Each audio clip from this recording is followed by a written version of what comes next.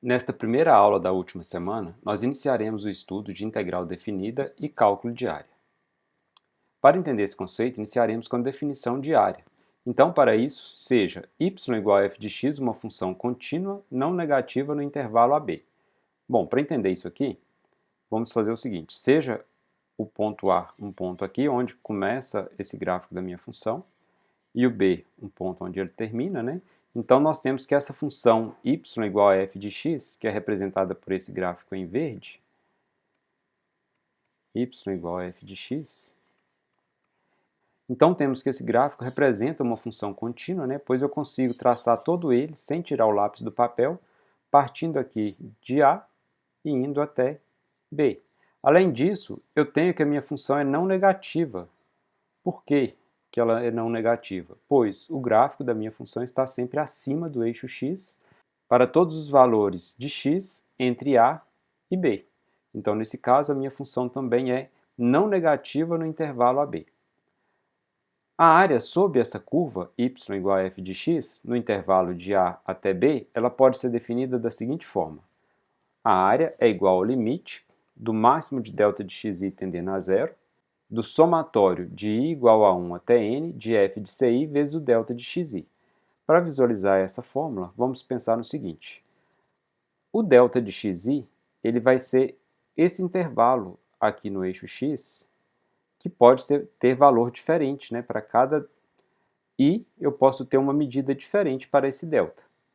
Então, nesse primeiro intervalo aqui, eu teria o delta de x1. Para o segundo intervalo, eu teria o delta de x2. Considerando que esse intervalo aqui foi dividido em n partes, o último aqui seria o delta de xn.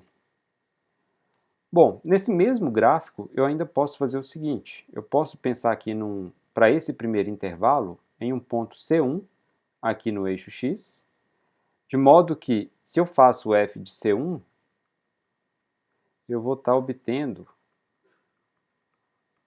um ponto, né, aqui no eixo y, mais ou menos por aqui. Então, esse aqui seria, vou colocar aqui para ficar mais fácil de visualizar depois e não ficar confuso. Então, esse aqui seria o f de C1. No próximo aqui, eu teria um ponto C2, que a projeção dele aqui na função vai ser um ponto ali. Observar que esse ponto C1, C2, ele pode estar em qualquer ponto dentro desse intervalo delta de xi. Então, aqui eu obtenho o f de C2.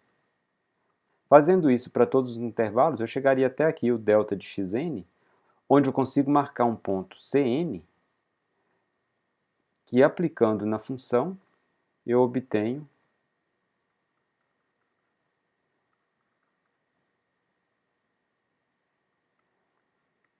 o f de Cn.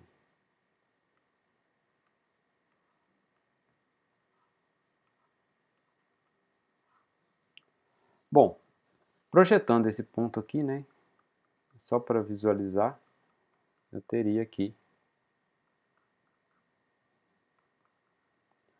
esse ponto seria o f de Cn, e aqui também teria o f de C2. Bom, mas o que isso tem a ver com área? O que isso tem a ver com esse limite aqui? Bom, esse somatório de i igual a 1 até n, de f de ci vezes delta de xi, é o somatório da área de todos esses retângulos aqui. Veja que ao fazer o produto de f de ci com o delta de xi, eu vou estar obtendo a área de cada um desses retângulos. Por exemplo, a área desse primeiro retângulo vai ser o f de C1, que representa aqui a altura do retângulo, vezes o delta de xi, que representa a largura do retângulo. Então, ao fazer f de C1 vezes o delta de x1, eu vou obter a área desse primeiro retângulo. Ao fazer o f de C2 vezes o delta de x2, eu vou estar obtendo a área desse segundo retângulo. E assim sucessivamente, até chegar aqui no delta de xn vezes o f de Cn, que vai ser a área desse último retângulo. Se eu somar a área de todos os retângulos obtidos no intervalo de A até B, eu vou estar obtendo algo muito próximo da área dessa região aqui abaixo da curva.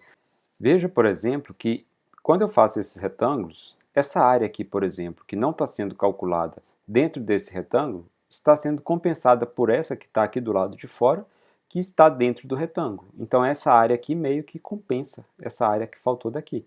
Da mesma forma, essa área que calculou a mais aqui, meio que compensa essa que faltou do lado de cá.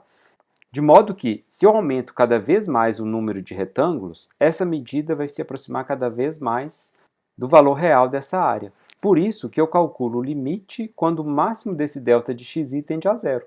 Ou seja, eu diminuo cada vez mais a base desses retângulos, de modo a conseguir obter uma área cada vez mais próxima da área real dessa região. Uma outra definição importante é a integral definida. Então, para isso, seja f uma função definida no intervalo AB, a mesma coisa aqui, né, intervalo que vai de A até B. Essa minha função f está definida nesse intervalo, e seja P uma partição qualquer desse intervalo AB, que é essa partição que a gente fez aqui, obtendo esses vários retângulos. A integral definida de f de A até B é dada por integral de A até B de f de x dx, que é igual ao limite quando o máximo do delta de xi tender a zero, do somatório de i igual a 1 até n de f de ci vezes o delta de xi. Observar, né, então, que aquele cálculo de área que a gente fez anteriormente nada mais é do que o cálculo de uma integral. Quando eu faço esses deltas de xi tender a zero, esse valor aqui ele vai se aproximar da integral da minha função f de x no intervalo de a até b. Observar que, se eu considerasse um delta aqui grande, esse valor poderia não ser um valor exato, mas se eu faço esse delta tender a zero, eu vou obter o valor exato dessa área, que é exatamente o cálculo aqui da integral de a até b dessa minha função f. Bom, mas o que significa esse símbolo aqui de integral? Primeiro, né, nós temos aqui o símbolo de integral, que indica qual operação está sendo feita. Nós temos a função que vai ser integrada e nós temos a variável em relação à qual essa operação será feita, da mesma forma que nós tínhamos anteriormente. O que é acrescentado aqui é esse a e esse b,